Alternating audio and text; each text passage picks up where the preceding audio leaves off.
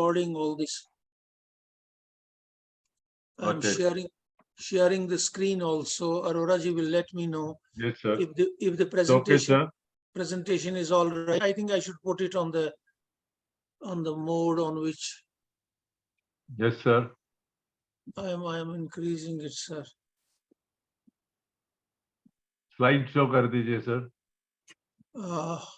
नहीं हो रहा है, sir. There's some problem. नीचे से हो जाएगा, sir. नहीं सर, नहीं हो रहा सर, वो कुछ वजह थी, because something is covering this whole, no? I'll tell you now. I can do it, sir.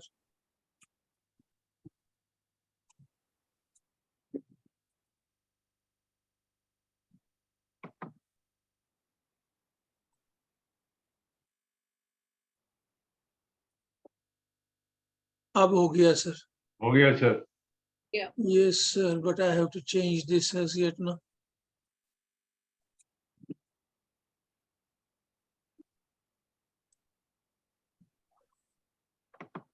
So wishing all of you a happy afternoon, Sunday afternoon. I think you can read what's written on the first slide. Can you see it very clearly?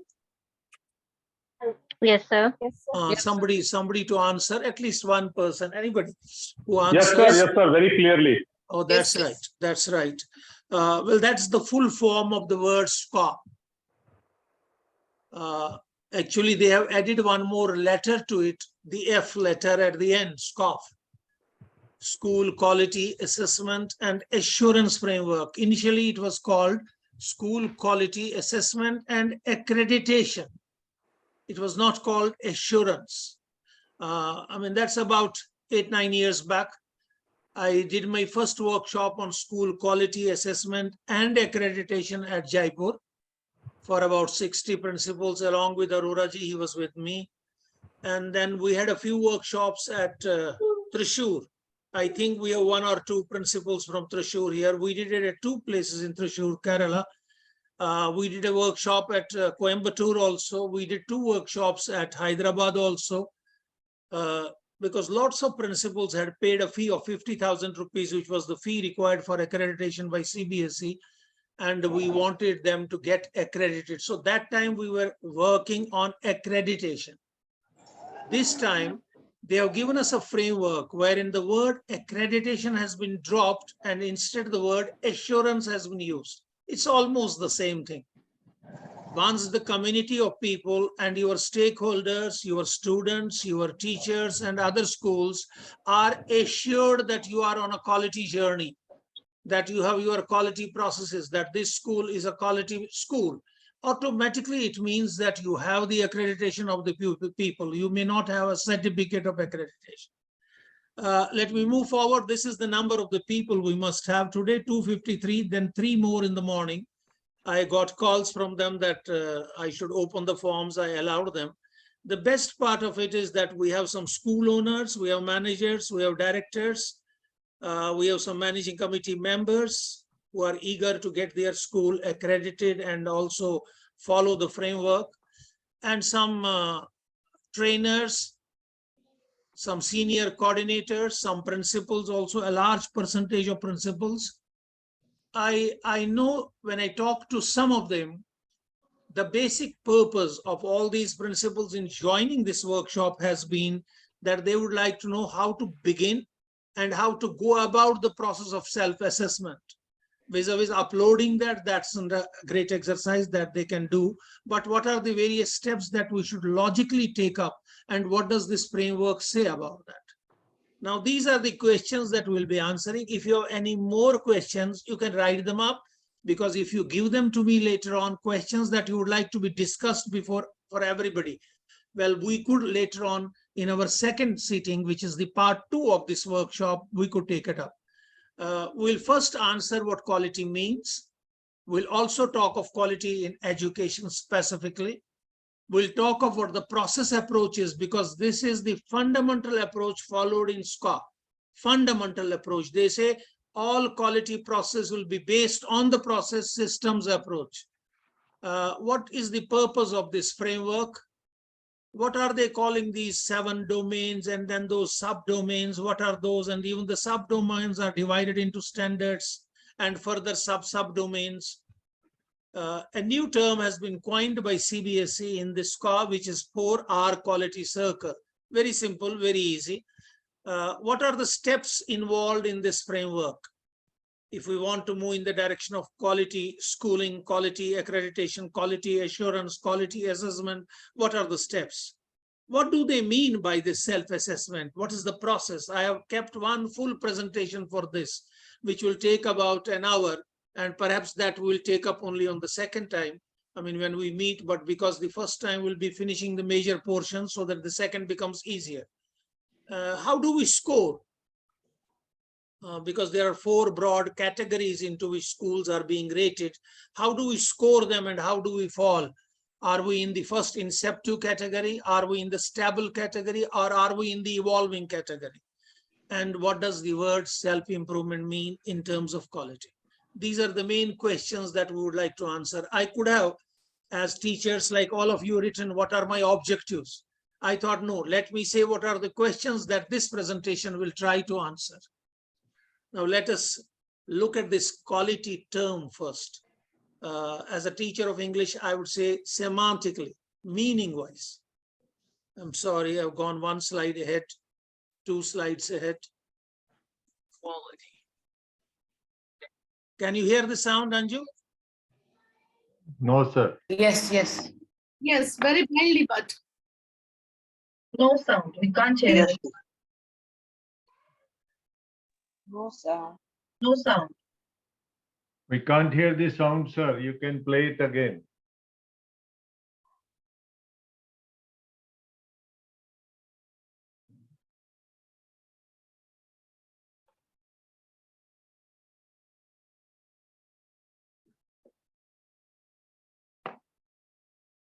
Still we can't hear the sound, sir. Doesn't Anyway, matter, we you can read read it. it. Reading is more important here.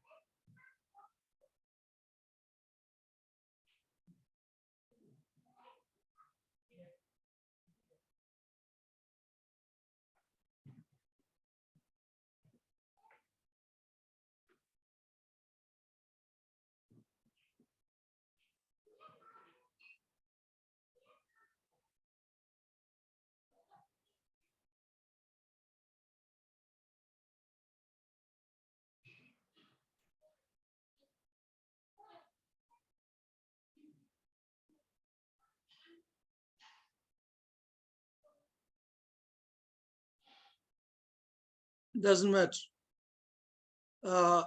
I'm not giving you any definitions as yet because I'll arrive at that automatically. But I'll begin with the simplest definition that my teacher, when I started learning about quality in somewhere 2001, 2002, taught me. He said, you have your own requirements. If your requirements are being met, well, then the other person at the other end is a quality delivery person. Actually, we were at a tailor shop and the tailor had already delayed supply of my clothes to me. So he said, he is not a quality shop as you had insisted that he is a quality tailor. He is not. Meeting requirements, which you had not stipulated, but he himself had given the dates he had stipulated. You as schools have a structure. For example, you have a mission, or I would say you have a vision, which is a long-term statement of what you want to achieve within the next 4 or 5 years.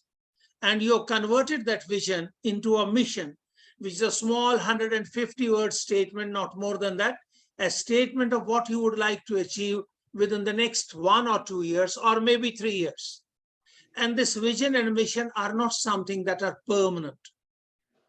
As times change, as requirements of your customers change, as requirements of the community and the educational system change, your mission also can undergo a change. Your objectives can also change. So in the structure of your schooling, you begin with a mission, the purpose for which you have established that educational institution. From that, you have a vision, you have a mission statement, and you draw out your objectives. And once you have the objectives, to achieve those objectives, you write down the procedures or the processes that you will follow in the school. In Army terms, we call them standard operating procedures, SOPs. Standard operating procedures. I have in some of the schools, if there are a few from those schools, I have even developed an SOP of how to maintain the attendance register, an SOP for how to enter marks from the award lists or the papers onto the award lists, or how to enter them onto a computer online system. Now once a process is known to you, you know the objective of that process, you know the steps of that process, you know the monitoring mechanism of that process. It's all here in the brain. But if you document it, if you write it down, it becomes a procedure. That's the difference between a process and a procedure. A process is sketchy, is all in the brain, is all not written down necessarily. But the moment the process is written down, it's documented and all the steps are given, you call it a procedure. Please remember one thing in quality. Whenever you are talking of a process or executing a process, the process may be the admission process, the recruitment process, the evaluation process, the complaint handling process, any of the process, the library management process, the evaluation process, the teaching learning process, the process of conducting the prize distribution function, or the process of organizing the annual day. Whatever this process is, whatever name you take a process is not complete unless it has an objective, the purpose. Write that down. What is the purpose of that process? Because I know in this quality game, everybody understands it, but when it comes to documentation, people find it very difficult. I'm trying to make it very simple for you. Name all the processes that you have in the school. Start with one or two. Start with the admission process, start with the complaint handling process, start with the record keeping process or the document keeping process. These are very important processes. We cannot go without them. But once you start writing, for example, at the top, you wrote admission process. Below it, you will write, what is the objective of your admission process? Why? The purpose of the admission process is to find out the best quality students and admit them and fill in all our vacancies. That would be the objective. Now mention the steps. Like in the admission process, you will say, I'll find out how many vacancies I have, how many students do I want to admit this year. I'll prepare the list of vacancies and the admissions required. I'll go in for registrations. I'll declare a date for registration. I'll declare a date for test or interaction. And then I'll publish a list. So the process has certain steps, but how will you monitor that these steps are being followed in the logical order in which you have documented them, in which you have written them? Please understand that no process is independent of itself. Every process has connections with the other process. I remember I was talking just now, a friend of mine, while talking to a daughter from Meerut, I came to the school and the principal had completed his admission process and he was about to declare the list. I didn't know that. We knew that it was expected. I saw a single copy of the list of students admitted to the next session on his table. I said, what is this? He said, sir, this is our admission list. I said, what for? He said, we are going to put it on the notice board. I said, where are the other copies? He said, I don't need them. One is more than enough, or I'll keep one more for myself. I said, Baba, you will have to give it to the transport wala also. He needs to know where from the children are to be picked up. You will have to give it to the bookseller also. He will need to know how many sets of additional books I need. You will have to give it to your timetable in charge. He will know how many more sections are being created. So every system is interconnected. Within the system, all processes are interconnected. Oh, you have to have a monitoring mechanism of each process. Did the registration happen on the requisite date? Was the list published somewhere? Did we conduct the test as we wanted it to be conducted? Did the interaction go as was meant? And now is the list ready? So monitoring mechanism of the process is also very important.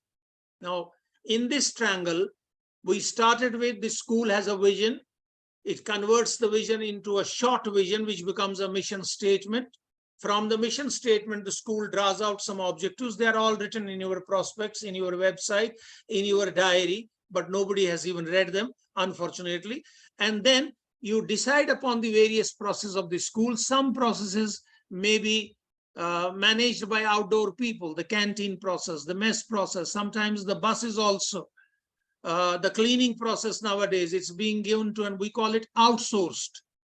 But there are processes which are the core process. You cannot outsource them. Core processes are to be done by the school itself.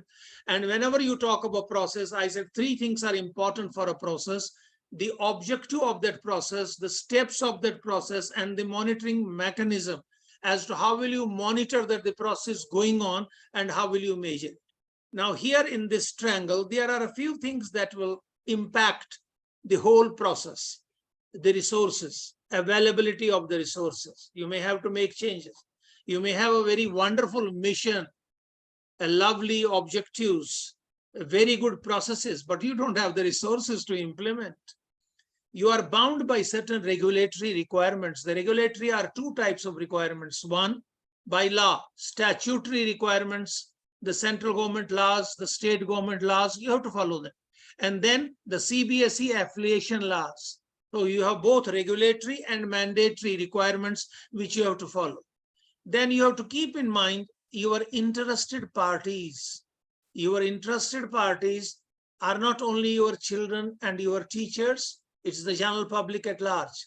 It's the colleges where your students will go after admission. They may be professional or they may be academic. It's even the neighborhood.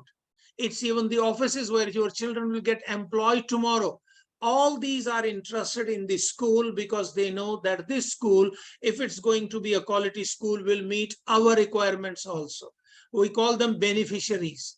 Sometimes we call them beneficiaries. In quality terms, we call them stakeholders. In SQAAF, we call them beneficiaries as well as interested parties. And then you have to follow the education pedagogy. Please be sure that now the pedagogy is being decided by the NEP 2020. Pedagogy would mean the methodology of teaching, the study of the science of teaching. How has teaching work to be done? You cannot change it. For example, in the foundational stage, it says playway, learning by play, learning through discovery. That should be the only methodology. Or in the senior classes, it says that experiential learning should be the only pedagogy that should be adopted. It also says that storytelling should be a technique that should be followed from beginning to the end. Now, these four things will also impact on the quality of the school. I move a little further. I give you a general framework. Let's look up at an industry. I saw very close to me here in Meerut, about 60 kilometers from here. There are lots of sugarcane industries en route. They produce sugar. A lot of sugarcane comes into the industry as an input. They have huge furnaces, huge machines. They subject it to certain processes. The sugarcane gets converted first into juice that's extracted, then it's purified, then it is solidified, and finally it's packed into small packets of sugar. That's the output. Now, if we look from that perspective at a school, we are looking at the conceptual framework of school quality. You have an input, you have a process, and you have an output. What is the input to the school? Many of us say that the students are the input. My dear friends, even the teachers are an input, and the policies of the management and their day-to-day interference, that also is an input. So if you have teachers of quality, if you have students of quality, and if you have quality in the management's thinking and processes, you automatically are getting a good input. I have seen many of you who have been talking to me or where I have visited your school. You have been saying, sir, what can I do? My children come from a rural background. They come from a background which is very socio-economically very poor, and they are deprived kind of children. So you cannot convert them into brilliant children. It's not a question of converting a poor child or an academically weak child into a brilliant child. It's of converting him into what he is and making him realize his true worth. Whatever a child is capable of achieving. Every child is unique. Every child is a wonder of God. Every child is a marvel. Make him what he is capable. If the expectations of the community are that you will make everyone an Einstein, it's not possible. You yourself are not one. So how can you make everyone into an Einstein? But whatever limitations his heredity, his genes have set upon him, you provide him an environment that within that environment he attains all those competencies that he is capable of. And through your training, he can be capable of achieving much more. So a quality management, a quality student, and a quality teacher, or the quality of the teacher, or the quality of the student, the quality of the management will be the input dimension. It will be subjected to an educational process. The educational process has two components. The structural component, on which a lot of emphasis is laid down nowadays. We have posh 5-star buildings as schools. I have studied in a school where possibly we didn't have furniture also, enough of furniture. So sometimes we wouldn't mind sitting on the floor. And there are many children in India, I would say crores of them, who haven't seen a desk, who haven't seen a chair. They haven't enjoyed that privilege or that facility. So structural components, there are many schools, even in a place like Delhi, where schools do not have a play field. They use the adjacent municipal park, or they go to another neighborly school and they use their play fields. All of us do not have facilities. Hundreds of schools do not have an auditorium, or they do not have facilities where they can combine 200 or 300 parents at a time. So they have class-wise orientation programs. Structural component, I mean, many schools do not have a spacious library. Even if they have a library, they don't have a separate reading room. They do not have a large staff room or a meeting hall. They have instead small staff rooms in different floors. Structural component of the school is one aspect. The operational component is another aspect. Now, sometimes this might surprise you. The structural component becomes the operational component. A book lying in the library of your school is a structural component, but the moment a child borrows it or a teacher borrows it and reads it, it becomes an operational component. Our labs are fully equipped. They have all the equipment necessary for performing all the practicals and even more. But for the whole year, we never use them. And it's only on the lab days, that last 3 or 4 days, we give the children a revision work of those practicals. So for the whole year, they stay as structural component, and it's only on the last 3 or 4 days they become an operational component. We have lots of games, materials lying with us, but they are never used. Only one ball is thrown into the field and the children run after it, and the physical education teacher says, hit it as far as you can and then bring it back to me. The period is over, go back to your classes. That's the kind of physical education programs we have in some of our schools. Unfortunately, the structural component, those who have a very rich structural component, have to supplement with a rich operational component also. The processes that go about achieving our objective, achieving our mission, or achieving our vision has to be there. And what will be the output? The child who comes after class 10th or class 12, he is your output. Or the teacher who decides enough is enough. I have put in 10 years of my school. I must have some vertical mobility. I am getting job as a vice principal somewhere or as a principal somewhere. Why shouldn't I move? So the students' development in all aspects of their personality. It is the cognitive development. I'm going back to Gandhiji, the head, hand, and the heart. Gandhiji talked of 3 H's, the head, the hand, and the heart. That makes it holistic. But because we are very fond of Benjamin Bloom and his taxonomy, then I would say the cognitive domain, the heart effective domain, and the psychomotor domain, what we call as the cognitive domain, all these 3 combined together cater to the holistic development. The words can vary. You can say social development, emotional development, cognitive development, development of skills, development of abilities, development of competencies. If this is all done during these 12 years or 13, 15 years that the child has been with you, you've made him a lifelong learner. You've given him a vision. You've given him a path. He is now on this path. That's your output. So your input is teachers, students, and management. Your process is your structure and operation, and then your output is your child that comes out of the school.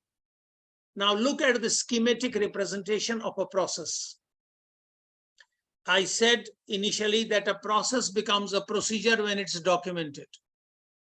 You all follow the normal admission process, but if you write it down by mentioning the objective of your admission process, the steps that you will follow, and how will you monitor it every step, what kind of conclusions will you draw at the end, then it becomes a documented process. A documented process is known as a procedure. A documented procedure, what does it mean? It's a specific way of carrying out an activity, virtually carrying out a process. Once it is documented or not documented, it's a process. But once it is documented, it becomes a procedure. Now, in every process or procedure, you have two things that are important. One is efficiency. Those of you who are students of science, and even as not students of science, the soft science, they also know what efficiency means. If you are consuming a lot of input and your output is less, you are not efficient. If you consume less of input and you give a lot of output, you are an efficient person. It's a ratio between output and input. It's a ratio, we call it as neta, output divided by input. If the amount of sugar cane that I sent into my sugar factory is low in comparison to the profits that I earn out of the sugar that I sell, I am efficient. And what is effectiveness? This also is very important for you. Effectiveness is if at the beginning of the process, you have decided upon an objective, you have decided upon what is my desired result, and you are able to achieve that desired result, you become effective. An effective teacher is one who goes to a class with an objective and achieves that objective. He's an effective teacher. And an ineffective teacher is one who has objectives, but is not able to achieve them. An efficient teacher is one who uses less time, less talking, and yet his results are better. An inefficient teacher is one who wastes a lot of time, who spends years and years in teaching and even doing revision classes, yet the students are where they were. So one uses a lot of input and gives very low output. The other uses less of input and gives a lot of output. And in the second way, effectiveness, you have decided upon an objective and you are able to achieve that objective, you become effective. Now, in your input, all the resources that are provided to you is your resource. And the process is that set of activities which are interrelated. I said the admission process is related to your evaluation process also. Your library process is interrelated to your cultivation of habits of book reading among the children. Your process of, electing or selecting a prefectorial team is related to your process of training them in democratic values and leadership. Now, all these processes are interrelated, and as they are interrelated, you are able to achieve the result of the process, and the result of the process is a product. But these processes become quality processes only when there is a mechanism of monitoring the process and measuring the process. What are the opportunities where I have gone wrong? What are the opportunities of improving it further?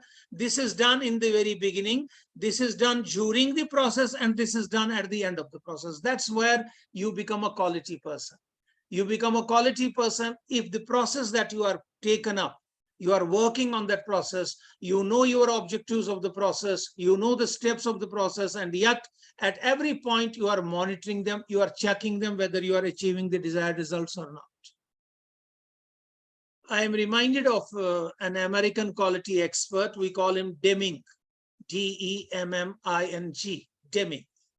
Deming gave us this cycle, which is known as Deming cycle, and we, for our own simplicity, call it PDCA cycle. It's a cycle, and you can enter the cycle at any phase. It doesn't matter. But the ideal way to enter it would be plan an activity, do the activity, check the activity, whether it's happening in the way you had planned it. And if it has happened, well, pat your shoulders. If it has not happened, then act. Act upon the changes that you need to make, act upon the improvements that you need to make. So your PDCA becomes plan, do, check, and act. Recently for me, would have been about 6 years back, they made a change in it. They call it PDSA, plan, do, study. They don't use the word check. They say study whether your plan is being followed meticulously. Are you going ahead with the execution of the work in the right order? This is monitoring. And then act on the monitoring results and make improvements accordingly. You see, Deming is one of the, quality experts that USA has. But primarily, I would like to share with you that the concept of quality and the implementation of quality, as we see nowadays, it started in India as a movement with the ISO in industry, documentation, quality policy, and all that. Primarily, the movement has shifted to Japan.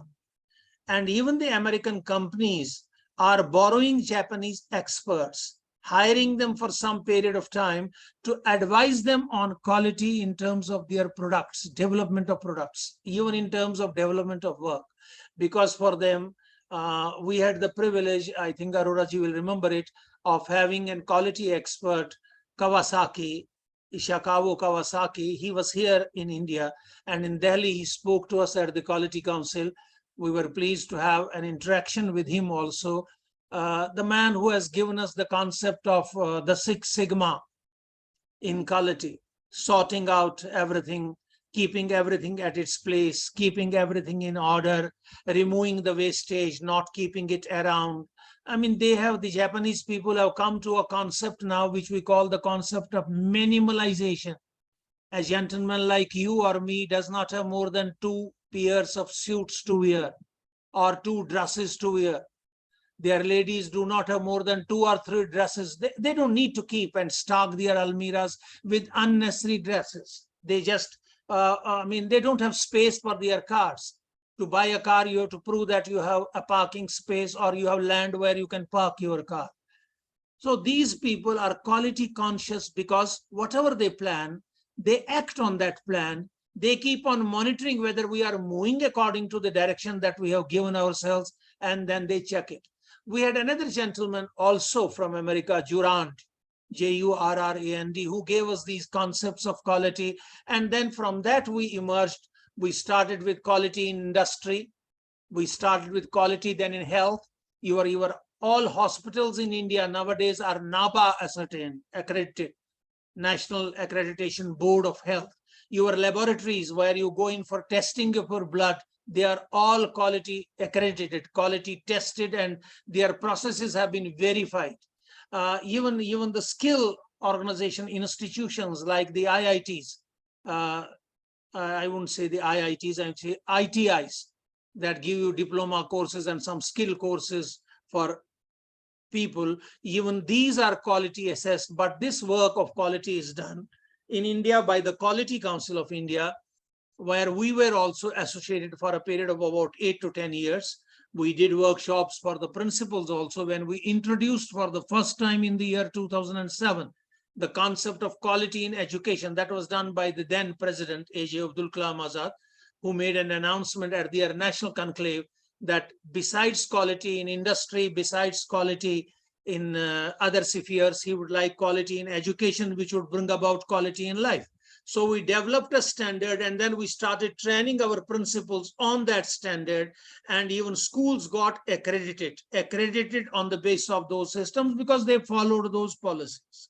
Now, we in the CBSE are also following the same mechanism because the CBSE also developed its standard after they tested the quality standard of the Quality Council of India.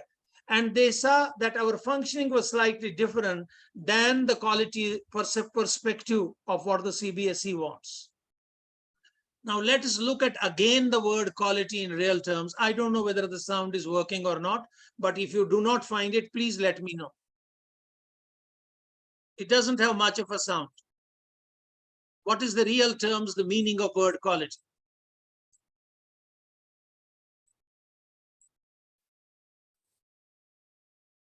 Degree of customer satisfaction.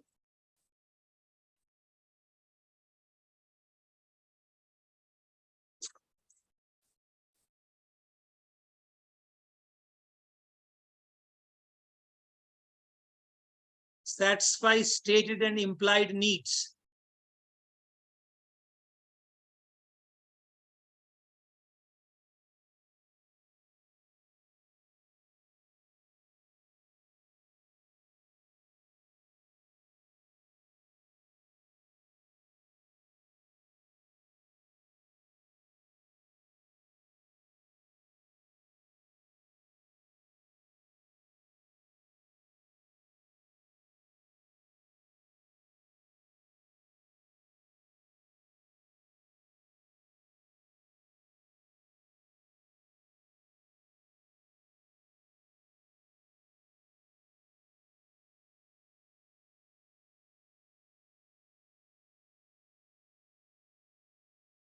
This is what you call as branding.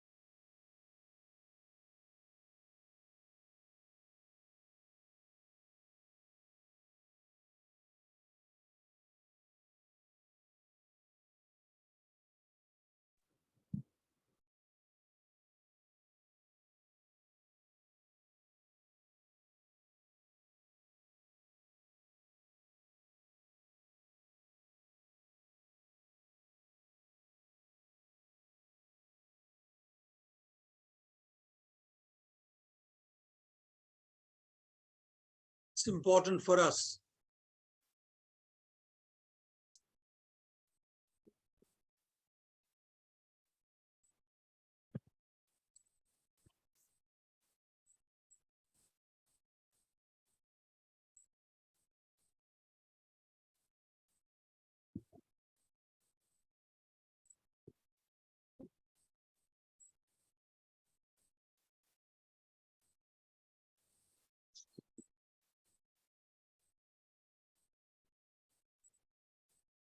Sorry to disturb, sir, but there's no audio. Even the previous It doesn't have video any was audio. not there. It doesn't. This video does not have any audio, beta. Right, sir. Next time I'll try to give it an audio also. I'll give it my voice, doesn't matter. Sir, your screen sharing is not visible properly. It seems it is in the minimized mode. No, in my case, it's in the maximum mode. I put it on the maximum mode. But Is that true of everybody? Arora ji, would you please check? So screen is We okay. cannot read it. On We cannot laptop, it read is it clear and visible. take notes. Ach. Don't worry, if that has happened, I'll immediately when I move to the next slide, I'll correct it. And I can share this with you. I can share both the video and the PPT with you so that you can watch it at your leisure. Right. Thank you. Thank you, sir. Yes. Sir, there is no sound of video. Ismahani, it doesn't have, this It will be video does not better have, if you keep interacting this also. video in does between. not have a sound.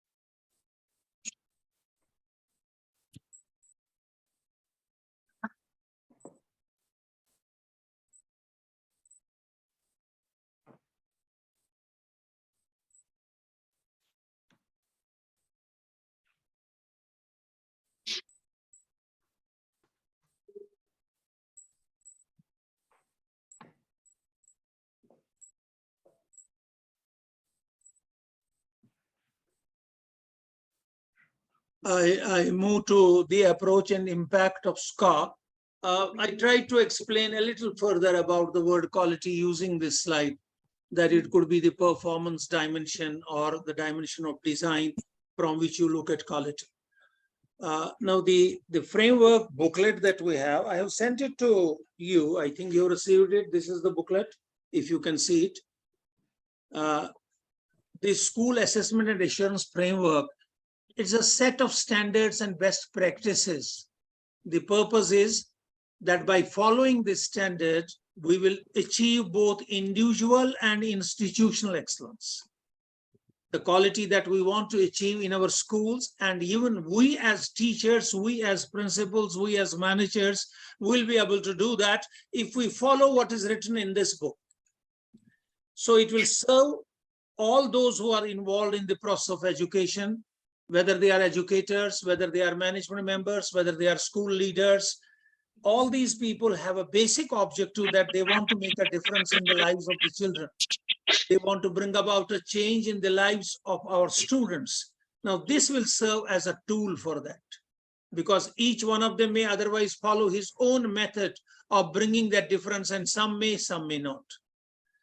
Now, an attempt has been made to articulate certain choices, informed choices. After looking at the best practices in the world, they have compared them, and our realistic assessment of what is currently happening in the schools. How can we collectively aspire for a goal or a vision? How can we reflect among ourselves within that small group of teachers along with a school leader? How can we recognize what are the complexities that we are facing, and how do we deal with those forces and control our actions or shape our actions in a way that we move towards quality? This is the vision, or this is the approach and impact of this document. Now, the document is very exhaustive. It is possible that it can be implemented. It's a tool to measure acceptability and to measure whether you are a credible operating system, a credible school. It has been benchmarked against global standards. I said ISO, we have the NABET standard of school education, that is the national quality standard. We have the HCL also has its policy. The HAL also has the policy. While doing a workshop at Chennai on quality assessment with a great quality expert, Mr. Chandrasekhar, I was able to see a standard that had come from Netherlands. One of the participants in that conference had that standard. I borrowed it for her, and sat up for the whole night to finish it because I had to return her by the morning. And during the night, I could not get it photocopied. I had requested her. She sent me by mail some of the process, but not the photocopy. Now, when we are working in a school, this SQAAF framework will help us to give an assurance to our stakeholders, that is the parents, the teachers, the students, and the community, that we are continually improving, that we are not stagnating. We are not what we were 10 years back. I'm not hurting anybody, but you will realize that during the last 10, 20 years, schools that were rated very high in the society are not talked of today. Schools like Scindia, like Mayo, like Doon, like Welham, like Bishop Cotton, like the school Loudale at Ooty. I mean, these schools were rated very high. People would talk of them, even people like me who had not visited them. They would talk very high of them because the student learning outcomes were great. But now these schools, because they maintained the same procedures, they never changed, they never improved. Some of them did improve, and some of them will continue to hold on to their brand. And here one caution: a brand does not necessarily mean quality. The word brand does not necessarily mean quality, but quality helps you to create a brand. If you work and follow the quality processes, quality process is a kind of continuous process. Because continuous would mean uninterrupted, without breaks. So I will use the word continual with some breaks, assessing where you are, plugging the loopholes, improving in the areas where you find that you are deficient or where others have gone ahead of you. As you keep on doing that continual improvement, you move forward. The broad structure of this whole framework is in one page given here. You have the broad areas in which the school functions. We call them the domains, the broad areas of school functioning. Then the domains are divided into subdomains because each domain has certain it constitutes certain specific characteristics. Those are listed. Then each subdomain has certain aspects of that subdomain. We call them the standards. Now the standards will tell us what the assessment rubric is, what are the indicators and the levels for performance, what are the evidences. The evidences will be in the form of records. For example, do you have the NEP policy? Has it been read by all the teachers and all the principal and the leaders? Do you have the national curriculum framework? Do you have the rules and regulations? Do you have the Right to Education Act? Is it supporting your processes? Now, these are the evidences. Evidences are in the form of documents and booklets that have been already published by the government. Now, the acting principle behind each student, behind each standard, can have a little clarity, because if we judge each standard, for example, is the school has adequate number of working days. Now, if it has less working days, the rating will be 1. If it has working days more than the less, then the rating will be 2. If it has working days which come to almost adequate, the rating would be 3. Otherwise, if it has 220 working days, 180 to 220 working days, then the rating would be 4. I took one substandard. Observable actions, observable performances. We call them performance indicators. They are more, referred to in each performance level. If you are required to support that claim, you will have to support it by a score, but you will not add scores. You will add them up for your own satisfaction. But when it comes to overall measuring, you will rate the school in those 4 levels. I'll give you those 4 levels once again. In SEP2 level, the beginner's level, a level that is moving towards stability, and a level that's moving towards evolving towards more advanced stage. What is the approach and the impact of this SQAAF? The standard focuses on 4 things. It focuses on evaluating yourself. Nobody from outside will come to evaluate you in the beginning. That final evaluation may be done by the board, may be done by the state government. We don't know as yet. It may be done by assessors appointed by the CBSE. It comes from accountability. Are you accountable to your own goal, to your own mission, to your own vision? Do you collaborate with others within your own school system? Is it a group work, a team work, or is it an individual work? And do you innovate within your own system? Because you are required to follow your own vision and your own mission in consonance with the laws laid down by the government. You are to innovate. You are to change certain systems, bring about certain ideas, new ideas, so that you become creative. Then in addition to this, empowerment of leaders is very important. They must grow. They have to improve upon their self-esteem. I know how poor self-esteem is in entire India. And when your principal closes the door and does not allow anybody to meet him, it's not a sign of his complex, it's a sign of his inferiority complex. His self-esteem is very low, he doesn't want to face the public. The parameters in this policy are holistic. They have been integrated in such a way that it becomes seamless and one and whole. Self-assessment. Nobody come from the outside will come and impose upon you this SQAAF. You will implement the SQAAF within your school, and then you will assess it also yourself so that you know where you stand. This purpose of self-assessment has two purposes. Number one, when you know where you stand, you know the process in which you are doing exceedingly well and you are rating yourself at 4 out of 4. And you know the process where you are at 1, 2, and 3. You will start improving those processes. You will be always applying the student learning outcomes to the standards, because that's important. And the learning outcome booklet of NCERT must be available to every teacher teaching at the elementary stages. That's from the foundation stage to the middle stage.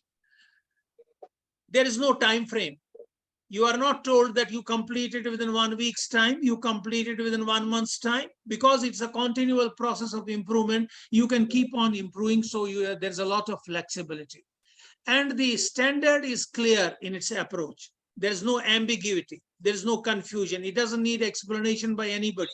If a good principal takes up this booklet, meets a group of teachers around him, and they all go through it as I sent it to you for this very purpose, you will find that everything is absolutely clear. It's adaptable within the context where you are working. A school working at a posh city and a school working in a rural area will have their own adaptations to make according to the conditions, the local conditions. And then your schools, once they implement the SQAAF, the SQAAF will handhold them. They won't need handholding of an educational consultant or an advisor. They will be supported, they will be mentored, they will be handheld by the document itself. And anybody in the school who has read the document once, twice, and understood it, discussed it with the colleagues, can do it. It will always lead to a process of enabling learning environment in the school and thereby improvement. And it will always create a standardization, because all schools will follow the same procedure of quality assessment and the same procedure of quality assurance. What are the objectives? Why did they create this SQAAF and SQAAF? They want us that we should look at our processes and keep on reviewing them, keep on reflecting on them at periodic intervals, maybe after every week, after every month, after 6 months. They don't give any time frame, they leave it to us. And even those need to be reviewed where we have rated them at 4 out of 4. Those standards also need to be reviewed. Those domains also need to be reviewed.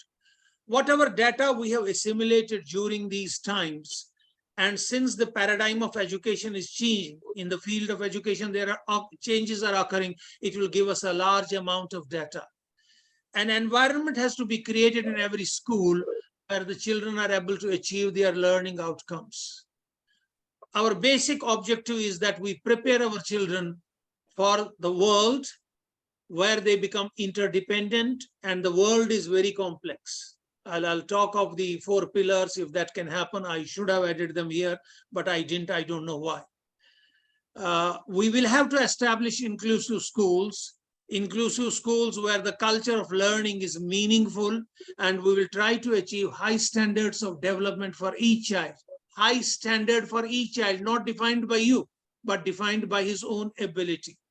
We will develop a kind of accountability which is both personal, individual, and collective, and which encourages that learning outcomes are achieved.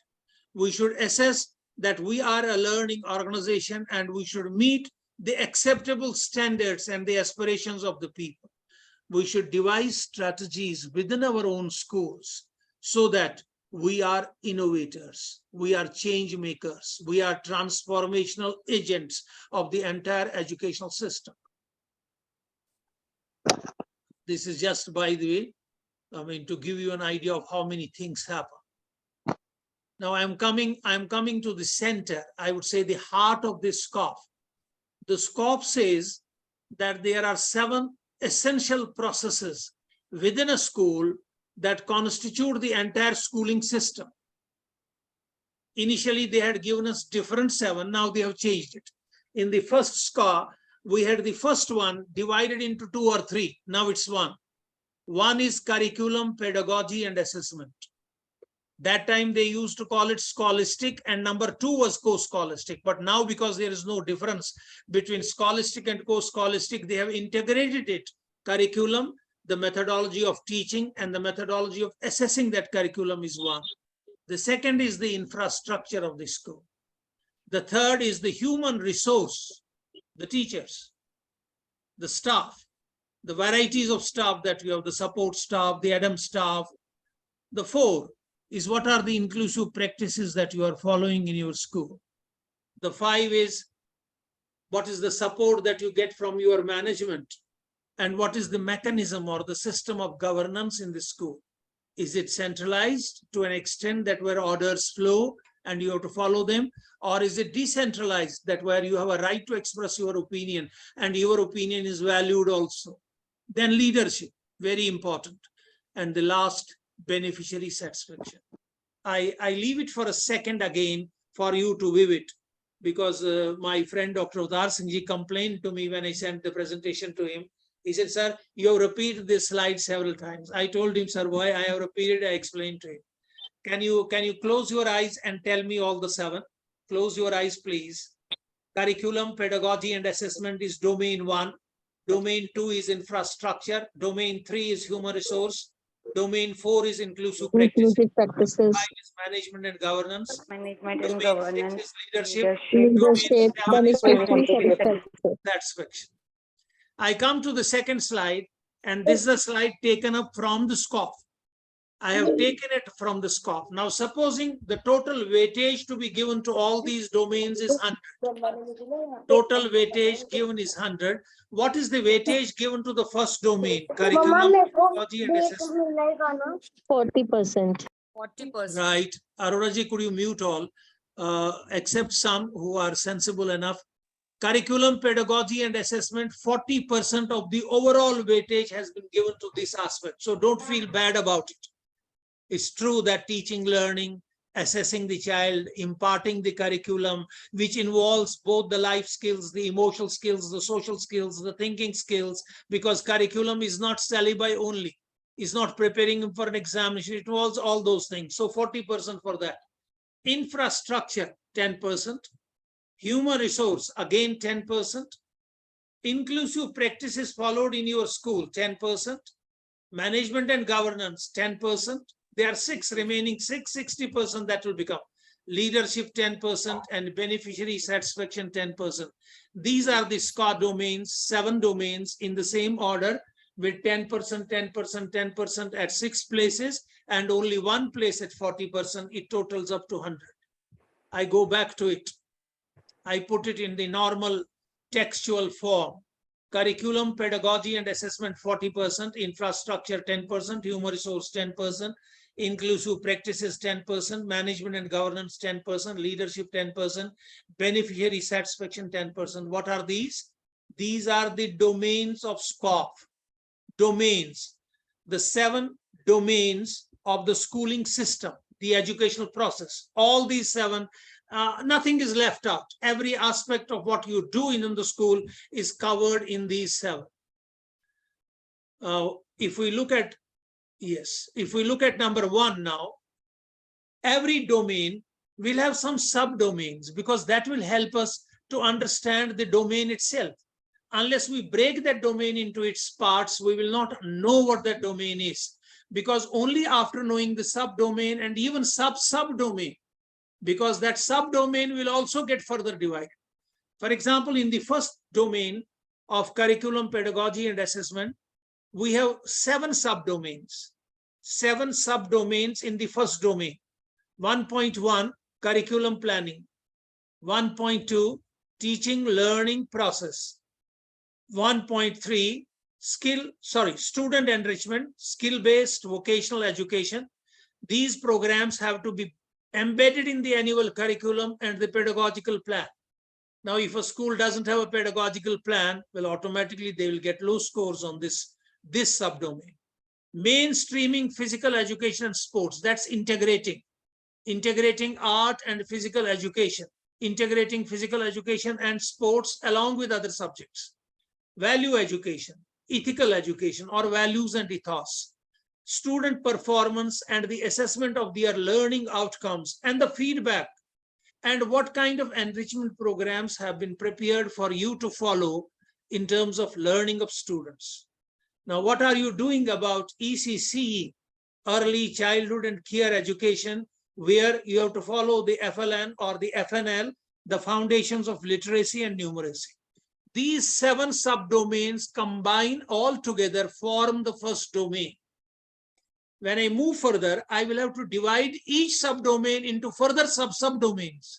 And then only you will understand what the subdomain is actually about. Let's look at the second, infrastructure. Is the infrastructure adequate? Is it functional? And is it agronomical? Does it have the aesthetic capabilities? In terms of infrastructure, what do we look at? We look at the classrooms, the library, the laboratory, the computer labs, the information and communication technology lab, or the facilities, and the rooms that we need for music, dance, yoga, meditation. How about the principal's office, the staff room, and the administrative offices? What about health management facilities and the sick bay, which we call as the infirmary? What about water and sanitation facilities and what's being done in the school for waste management? And how about the furniture within these facilities, whether it is the classroom or the library, the staff room, or the administrative office? Does it have adequate furniture? Now, these are 5 domains. So we had 7 in the first one. In the first domain, we had 7 subdomains. In the second domain, we have 5 subdomains. Please add them up. 7 plus 5, 12. Don't worry. We move to the third. This is the, sorry, not 5 as yet. I have to go to its adequacy and functionality also. Is the lighting system and the ventilation system in the school good? What about orientation? Is it eco-friendly orientation? Has organic living also been integrated or brought into the curriculum? What are the safety provisions? What are the playground and sports facilities? What about the hostel facilities? But the hostel facilities are only meant for residential schools. If yours is not a residential school, then you don't need to look at it. And we should have separate hostels for boys and separate hostels for girls. School canteen, not required for a residential school, because then the hostel canteen becomes the proper canteen. It's only for day schools.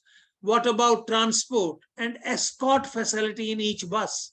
Escort facility in each bus, 12. Lovely. Oh, we finished 2 and we have come to 19 subdomains. We are coming to the third subdomain, human resource. Does the school have adequate teaching staff and non-teaching staff? What about the parents? As a resource, can the parents be used, or are they critics only? Or are they to be shunned away and kept as away as possible? What about the students, their ability? Are the alumni being considered? Does the school have an alumni association? Do the alumni meet? Do they suggest? Do we have an alumni representative in the management? What about the overall community, community participation, community representation, the parent-teacher association, and even the community programs? Let's move to the fourth now, inclusive practices. Does the school provide an environment which is free from any barriers?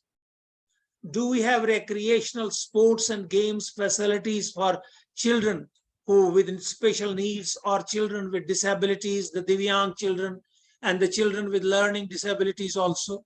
Do we have transportation facilities? These could be integrated. These could be with the main children also, or they could be separate transport facilities for these children. Sometimes we may need. These attitudinal barriers that exist within our society, where we keep them away from our, have we overcome those attitudinal barriers? I mean, I have Sumaira Bitia here, the DPS Srinagar. They run a school with about, when I went there in about 3-4 years back, we saw more than 300 children and 60 teachers working separately in that school.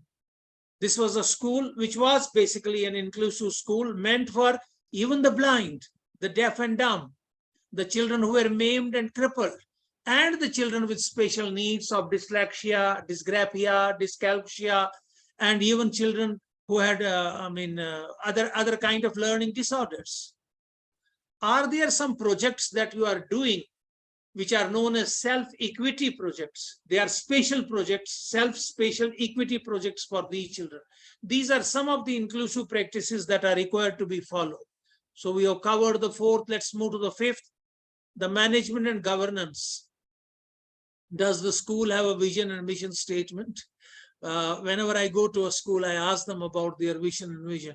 In many schools, for example, the Podar International Schools, you will find it written everywhere. You will find it outside displayed on every board. You will find it displayed on every corridor. You will find it displayed on every floor. You will find that every teacher knows it. I have seen it in the schools of Podar, 8 or 9 that I have visited. I have seen it myself. In other schools, I have seen vision and vision. The principal quietly took out the prospects and started reading it. He did not know it. And there was nothing available with a vision and mission of the school with the teachers. You do not know what your organization represents, what your organization is trying to aim to achieve. What is the mission that you want to achieve within the next 2 years, and what do you want to achieve in the next 5 to 10 years?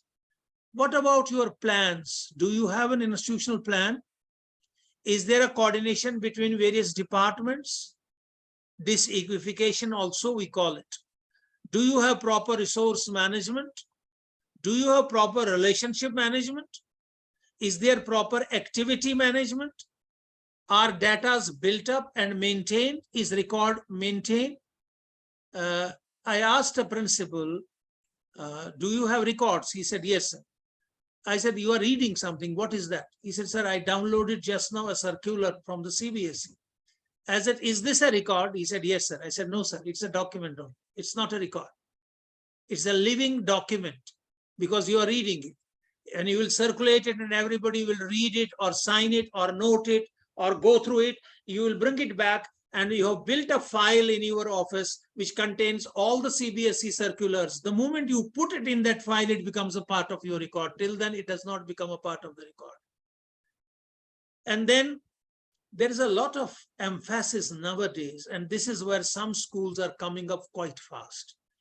Their communication both within and without, both within the school and outside the school, with the parents, with the community, on the social media, you can see them present everywhere. Their oral communication, which is done by the principal and the management and the school leaders, the coordinators on the assembly in the classes, and their written communication that is done through circulars, through messages, through posts, social media, what is a posts. This oral and virtual communication, this has to be seen. And this is a strength of a school. Schools that are able to communicate better, achieve better results. What about administration in terms of finances, in terms of fees? Schools where fee by a child has not been paid for months together. You know, in Delhi, we had an incident of a child who had not paid his fee for the last 6 months. The principal reported the matter to the director because we do not ask for fees. often. Only we send a small information, your child's fee is pending for such and such time. And then the director and the principal both gave a warning to the parent on phone, which he had recorded. The warning was that if you do not pay the child's fee by tomorrow, we will issue his TC. They did not issue the TC. The child did come to the school and he was told that his TC was about to be made and it would be issued to him by the time the parent had gone. And this may surprise many of my friends here. I was also pained that the principal and the director of the school were subjected to 6 months of rigorous imprisonment by the court for harassment of the child. And there was an appeal that was made to a higher court, and later on we got them out on bail, but after having paid a fine of about 5 lakh rupees for this harassment. So you can understand your fee administration. There are schools where fee has not been paid for years. Some students are defaulting, and yet the school is doing nothing. The administration is very weak in purposes of financial matters. And then the admission process, which is a very important. In the Quality Council of India, this was a primary fact: admission process and complaint handling. 3 processes which we wanted every school to have documented: the admission processes, the complaint handling process, and the data and record keeping process. We would tell them, give us the documents that tell us that you have a process which is a procedure now. In leadership, we would like to see whether the school leader is a principal. I'm sorry, I'm using that word in Kashmiri. Pal means a huge stone, a huge boulder. When the principal gets into his chair, he is not able to come out of his chair. So we call that principal a principal. We want pedagogical leadership. A school leader who is more an instructional leader, who is more an academic leader, who knows the methodology of teaching. He has studied. He did not study them when he was not a principal, but because they appointed him as the principal, they found that he knew certain things more than the others. Consequently, he started knowing much more now, and now he can guide his teachers pedagogically. Collaborative leadership. Is he all alone? He doesn't trust anyone? Or does he have a team of members? I don't call it a group of members. Does he have a team of members whom he trusts, who collaborate, who sit down together, and who take important decisions where everybody's opinion is considered before they arrive at a decision? Do they have a system where they keep on changing their processes and procedures because they have to keep on improving upon their quality of leadership? Then beneficiary satisfaction. Who should be satisfied? The students, the staff, both teaching and non-teaching. The principal himself needs to be satisfied. I mean, every week at least I get 2 mails or 2 posts from my principals who are already working at very good institutions. That, sir, enough is enough. Would you look for me at some other place now? I would like to change. I mean, you can understand that means the principal is not satisfied. He's not satisfied with the work environment. He's not satisfied with the conditions. He's not satisfied because he's not given a free hand. He's not satisfied with the attitude of the management. He's not satisfied with his teachers because they are pulling each other in 2 different directions. You need to have the parents also who are satisfied. They will have complaints. But if you look at those complaints intently, you will find out where the defects are in your system, and you can eradicate them rather than brushing aside the complaint and saying that they have a nature of making complaints. No, let them record their complaints. You analyze those complaints and you will come to know how many of them are false, how many of them true. And whichever are true, you can remedy your process.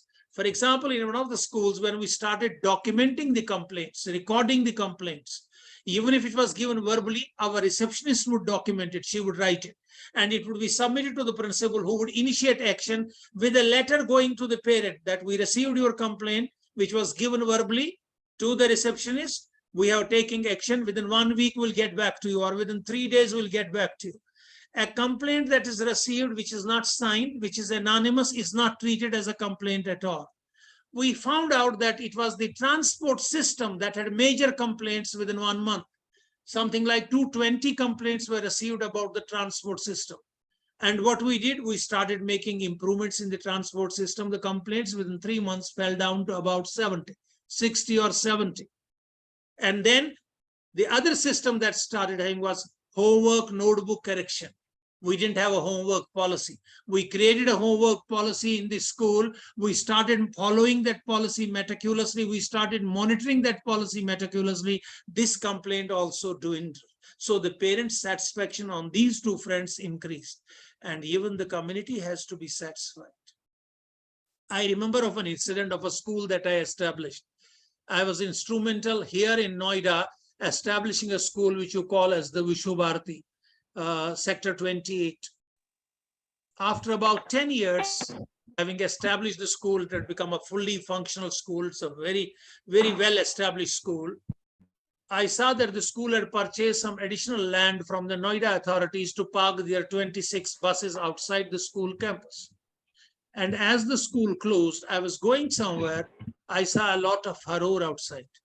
I thought I must come down, even if many people in this school may not be knowing me now, but there's no harm in coming down and finding out the cause, and if I can help in any way, I will.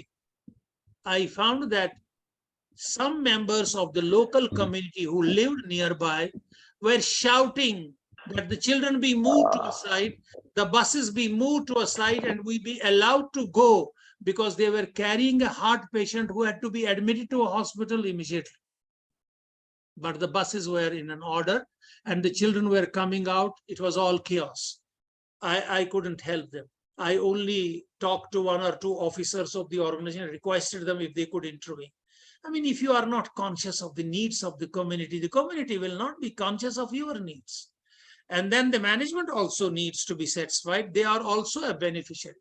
So we looked up at the 7. I go back a little. We looked up at these 7. The first one had 7 subdomains.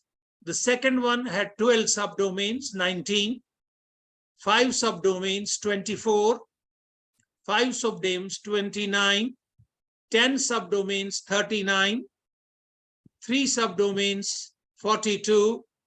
6 subdomains, 48. Is that right?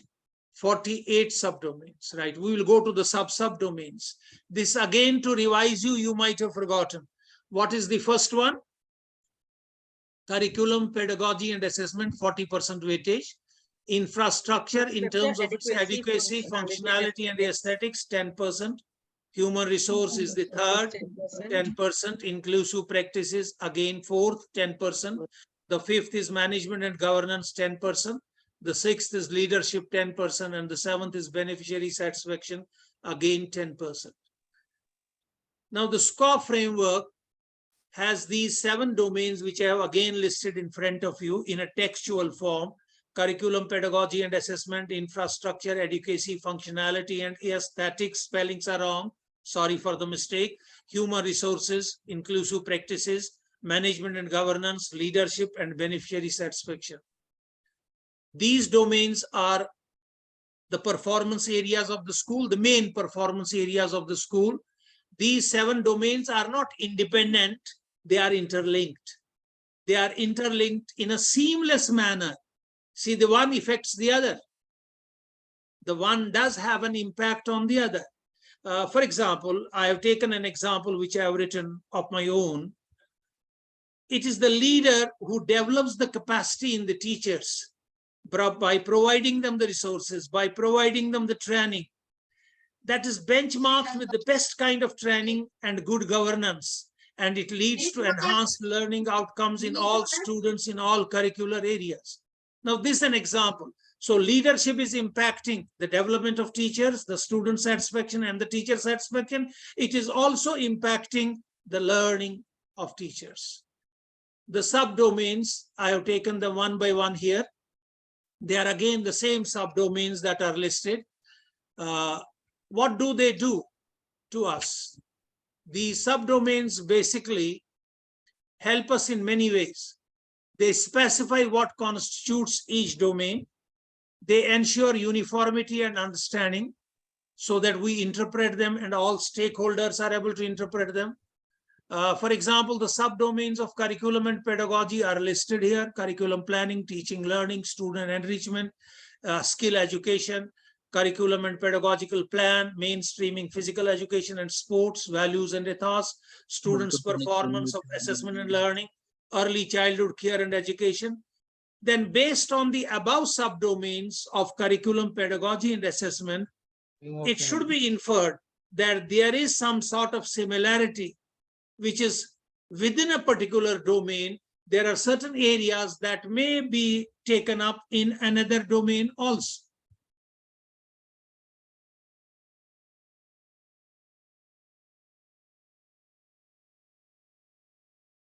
One second, please.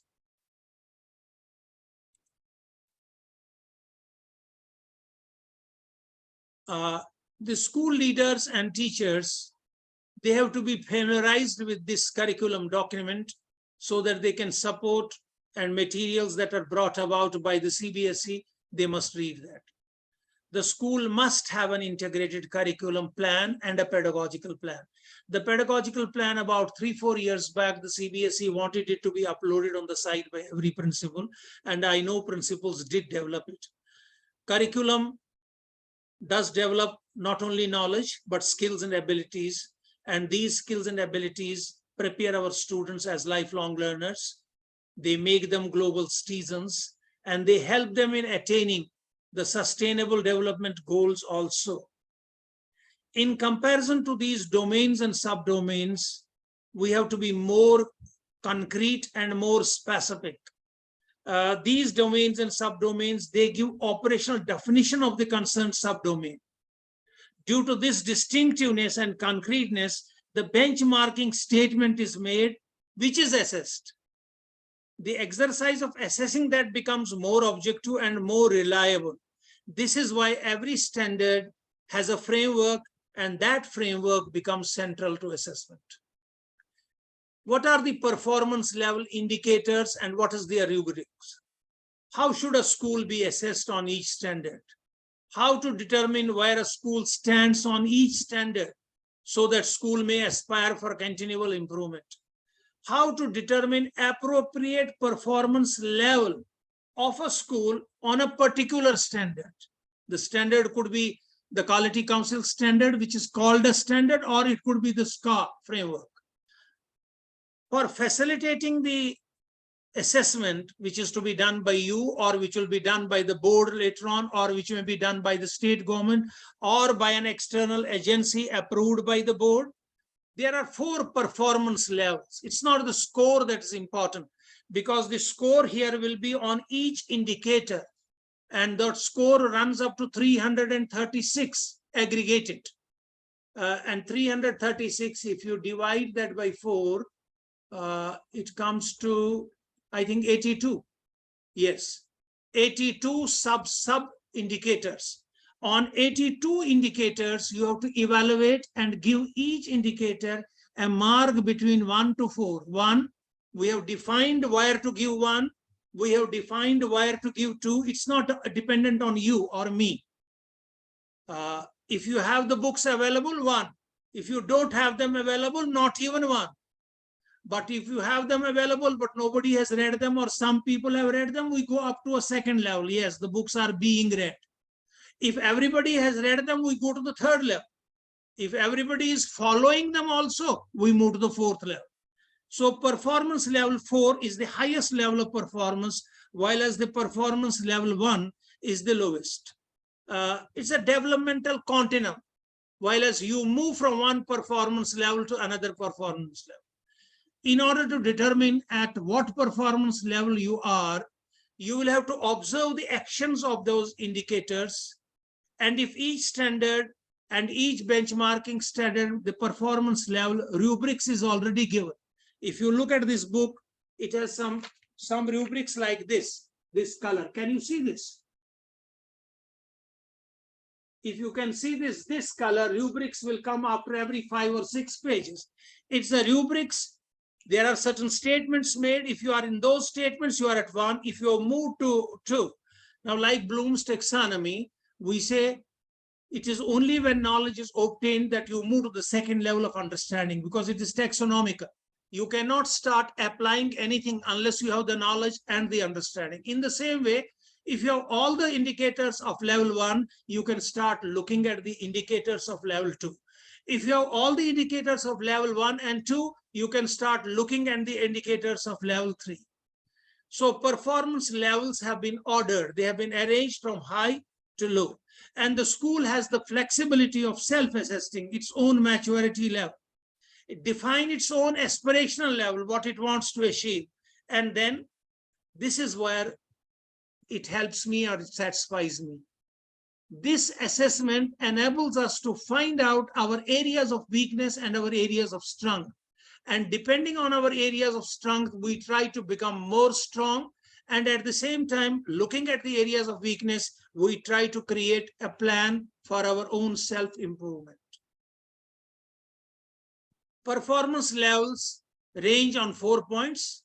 Level 4 has the highest, carrying weightage 4. If you want to get a score 4, all the performance indicators of all the other 3 levels should be obtained by you.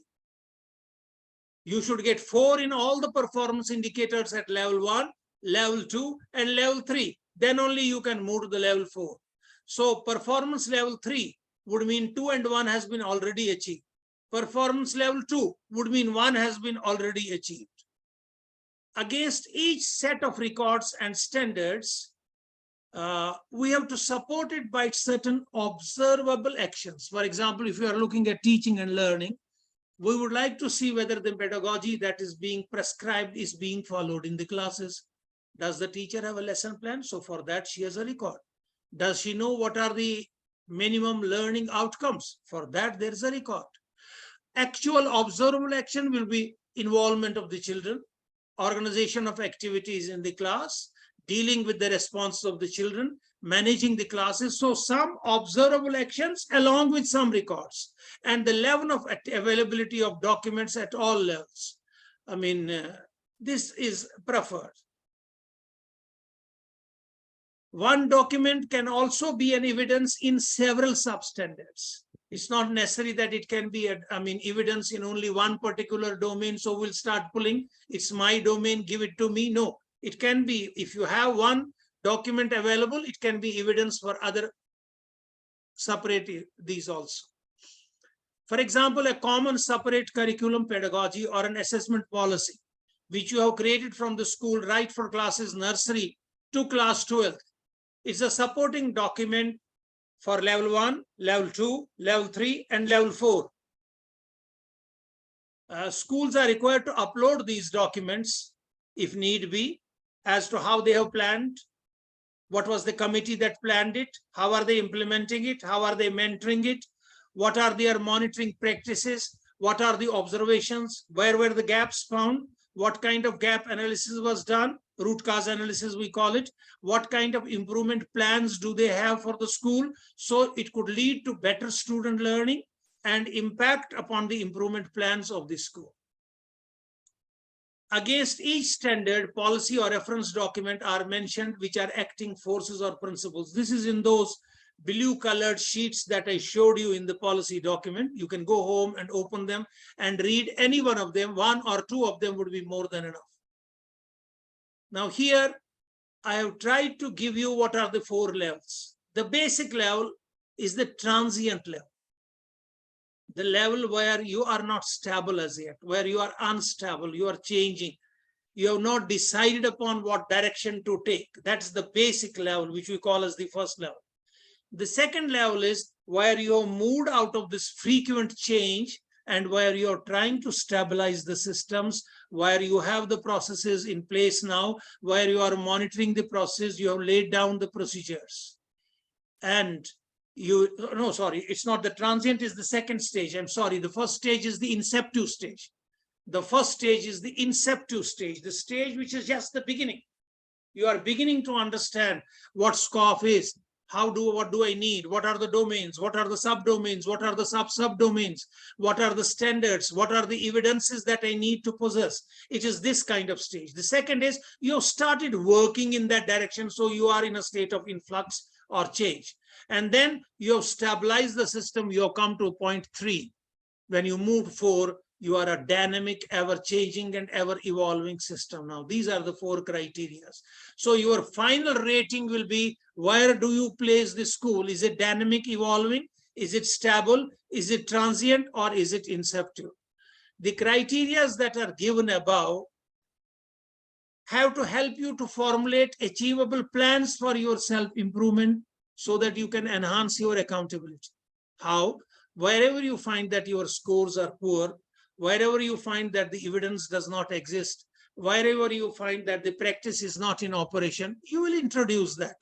You will make a note of your improvement plan, document it, and keep it available to all those who need to work on it. These could be your maturity levels. I have explained these maturity levels here again, 1, 2, 3, 4. This is from the SQAAF document. Inceptive level, the system is in its initial stage. Practices are individual based. Transient level, the system is in the early constructive years. The practices are generally corrective in nature. I found this in a school in Delhi, this stage. I mean, in one of the practices, and then normally I try to judge it from that very standard. A fan in a classroom caught fire. I mean, it burnt and a fire extinguisher was brought in. It was extinguished and a new fan was purchased and immediately it was replaced. I asked another principal in another school, how would you deal with the situation? I said, sir, initially the same way, a corrective action, but I would go for correction. I would call the electrician and ask him, why did it happen? What caused this electric failure and short circuiting? Why did it lead to fire? And then I would ask him not to check only in this classroom, but to check of all classrooms and the entire building. And I would have this checking mechanism to be done every week. I would make him free for 2 hours, give him one more supervisor by his side and tell him check all the electric cabling and wiring system of the entire school.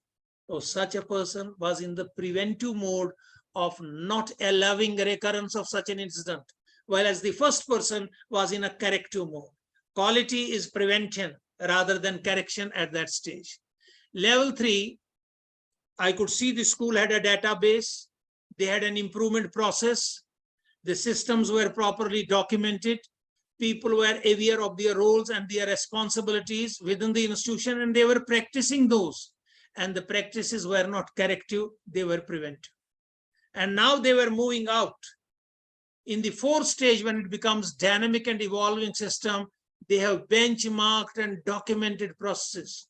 They have, during the last few years, they have corrected each process, found out what steps were not possible to be followed, and they have brought it to a level where it has become a benchmark.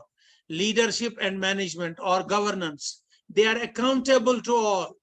There's a sense of responsibility, self-evaluation of one's own feelings and ideas, and there is constantly an improvement going on in the planet. So like those 7 domains, you have to remember the 4 levels at which your school can be in terms of assessment. Are you at the inceptive level? Are you at the transient level? Are you at the stable level? Or are you at the dynamic and the evolving level? At the inceptive stage, it is initial stage. Practices are individual based, जिसकी जो मर्जी में आए उसको वही करना ठीक है. At the transient level, early constructive years, generally corrective practices. At the stable level, there is an evidence that a lot of data is available. The systems have been defined, the processes have been documented. People are aware of their roles and responsibilities within the organization, and practices are corrective as well as preventive, but predominantly they are preventive and corrective. And at the dynamic and evolving stage, they have benchmarked every process now. They have documented every process. Governance and leadership is accountable to everything, responsible. There is a mechanism of self-evaluation, and there is a system of improvement and planning for improvement. All these levels are obtained in a gradual manner. You cannot have a school which starts with level 4. You will always have a school that starts with level 1, moves on to level 2 very quickly, but then moving from level 2 to 3 takes a little time, and 3 to 4 is a gradual growth. a gradual growth of continual self-assessment, a continual improvement. That's the purpose of SQAAF. Level 4 indicates the best performance practices that you have. If you want to get a score of 4 in any indicator, you have to clear the first 3 levels. The systems approach to quality management has to be followed. That there has to be an input, there has to be a process, and there has to be an output. Now look at this very carefully for a minute. I did calculate along with you. In the first domain, we had 7 subdomains. In the second, we had 12 subdomains. In the third, 5. In the fourth, 5. In the fifth, we had 10 subdomains. In the sixth, we had 3 subdomains only. And in the seventh, we had 6 subdomains. In all, we had 49 subdomains. 7 domains, 49 subdomains. Now subdomains and indicators. The 7 subdomains of curriculum and pedagogy are broken up into 26 standard benchmarking subdomains or statements. 20 of infrastructure, 10 of human resource, 7 of inclusive practices, 10 of management and governance, 5 of leadership, and 6 of management. 84 standards, 84 benchmarking statements. Multiply 84 by 4. 336. Is that right? So the maximum score that you can have, if you are scoring at the dynamic and evolving level in each domain, is 336. I have yet to come across a school which goes beyond 200. There's no question of 336. But there have been schools that have been accredited and granted certificates of accreditation, both by the CBSE as well as by the Quality Council of India, where the scores were not, I would say, more than 70%. They saw that there were certain areas on which, but they were convinced that the school was working. The school was improving itself. I want you to read them. I will read them for you, but I want you to not only listen to me, but read them.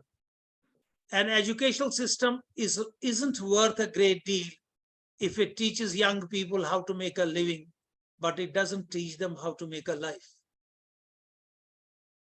Your purpose is not only to prepare them in the syllabi, is not only to make them lifelong learners, is not only to give them life skills, is but to teach them how to live and how to live together. They should be better human beings. They should be able to make a life out of their own life. The whole purpose of education is to turn mirrors into windows.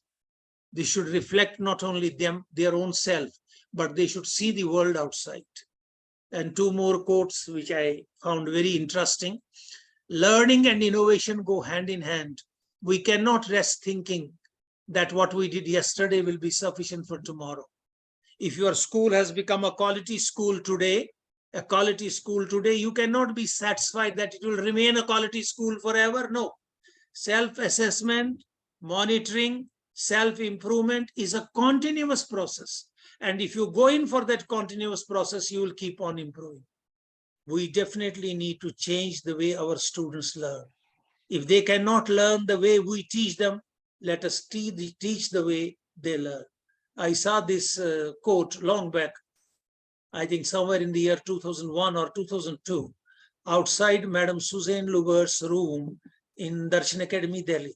And I'm sure this must have been circulated by now to all the schools. If the students do not learn, then you need to change the way you teach them. They do not learn because you teach them. I ended up here. Teach and learn are reflections of one another. If you teach, the children have to learn. If they do not learn, then perhaps something is wrong with our teaching. I would stop this sharing and I would come back to a mode of questions. I would answer some questions on what we did today, because I would leave 10-15 minutes for that. We are back.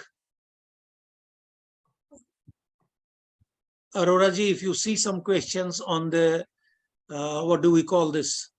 No questions so far. Chat box, no questions so far. We can give them time. I would start with Bhavna. I would like you to unmute yourself and put a Good question evening, to sir. us. Any doubts, beta? Go ahead. This is a preliminary one. I have 2 more presentations to cover, which I'll be able to cover on the second day. I have to show you what the whole process of self-improvement is, self-assessment is, and how to score. Yes, beta? Anybody else? Come on, come on. Your question, which to you may appear to be very ordinary and a very simple one, is what it appears to you, but for me and for others, it may be a very important question. Sir, no question is forthcoming. Let's give them a reflective Here exercise. is a sir. question. Here's a question. Who is Good there? evening, sir. Good evening, Jessica. Sir, I'm Body this side. Yes. Sir, the domains for the curricular and co-curricular would be different? Or I'm sorry, beta. I did say, you might not have heard that. I did say that in the initial SQAAF document, which was published in 1999, but is not in operation now, 2009 till 2009, it was operation. This document that I have given you, I have sent it by email to you. If it's not reached you, then take it from another colleague of yours. Sure, sir. This document has changed slightly because of the National Policy of Education deciding that there will be no silos between curricular and co-curricular, between humanities and sciences, between soft science and hard science. They also decided they had initially a scholastic area and a co-scholastic area. Now they Right. combined both of them. It is scholastic area, curriculum, both scholastic and co-scholastic. The word curriculum now includes both, and pedagogy for both and assessment for both. So that's Thank why you, the sir. weightage has gone to 40%. Thank you, sir. Another question. No worry, beta. I am pleased you asked me. Come on, somebody. Good evening, sir. Yes, beta. Yeah, sir, my question is What is the name, documentation beta? as Introduce Sir, yourself. Nihita Introduce. Ranjan, sir. Huh? Nihita Ranjan. Nita Ranjan, beta, go ahead. Sir, when you said the documentation or the records to be maintained, that documentation had to be done, which one is better, hard copy, soft copy, or what is the record to be in which form we have to maintain the records? Which is You better? see, depending on the nature of the school and the facilities of IT that you have available. If you have good data operators or all your teachers are computer literates and they can record, it is better you maintain it online and then download a copy, circulate it among the members, because there has to be a team. We call it the Right. core learning team. Very true. There has to be a person who has to be in charge of that core learning team. We'll give him a name. Initially, we used to call him the accreditation coordinator, but now that name doesn't exist. There is another name coined for him. Now, this Right. committee may read that process, because 2 or 3 people should be engaged in developing a documented process. And you Right. must look at a documented process from somewhere. Mhm. You cannot develop a documented process, without Right. going into the details of what are the methods of creating a documented process. Right. A documented process, I said, will have 3 things.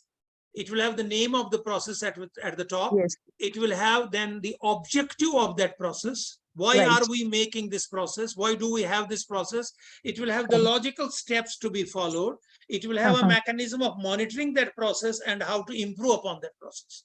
Right. It is better that you maintain it online, but take a hard copy, circulate it, photocopies among the friends, let them make improvements and suggestions, and we may keep on improving these processes over the years. Very true. A documented process made once, even by an expert who comes with that ISO documentation, will not be Right. perfect, because I have to make my document for my school, keeping my vision in view, keeping my mission in view. I would suggest both are absolutely correct ways of doing it, but the best would be wherever school can have recourse to an online system, it's better. And nowadays, this is Arora ji. Yes, sir. Do not curse me. Later on, you can give me as a brother. I'll take your advice. You have heard of the Chat GPT? Yes. Yes, sir. You have heard of it. Open the website Artificial Intelligence, AI. When you open the website Artificial Intelligence, sign in. Use your email ID and give it a password. Once you are signed in, as you open artificial intelligence, you will come to Chat GPT generative, which generates materials.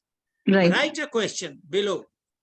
I want a process for my school for dash, dash, dash. Within 5 minutes, you will have a documented process typed out. Copy it and look at it. Improve But it. You sir, can, only 3 questions will be solved. Later Yes. on, you'll have to pay the fee for it, and then only your generative that's responses natural. will come. No, what you should do, once it develops the process, read it. You can tell them my school is in such and such area. Then I want it to be made as brief as possible. I want you to add. You can add this material. It will keep on changing, brevity and changes. So this can be a template before. My purpose is not you copy it. My purpose is that you have a template available with you and this document becomes readily available. And it's not important that at the very inception, you start documenting everything. Documentation of everything is not important, but you must identify for your school which process is important. I said, for example, documenting the admission process is important. Documenting how you maintain your records and documents is important. Documenting how you handle complaints and how you deal with them is important. There are certain documents that you will have to make as very important. Next question, please. We have some time more for a few questions. Thank you so much, sir. Thank you, Vita. So, Deena Bharadwaj from Dashmi Academy. I didn't hear you. I didn't hear you, Bitya. Sir, my name is Deena Bharadwaj from BA Meerut, Dashmi Academy Meerut. I want Yes, to ask some questions, sir. Yes, Vita. Sir, as you have mentioned about the canteen in the school, that it is not required in residential schools, but is it compulsory it should be in the day school? It is mandatory.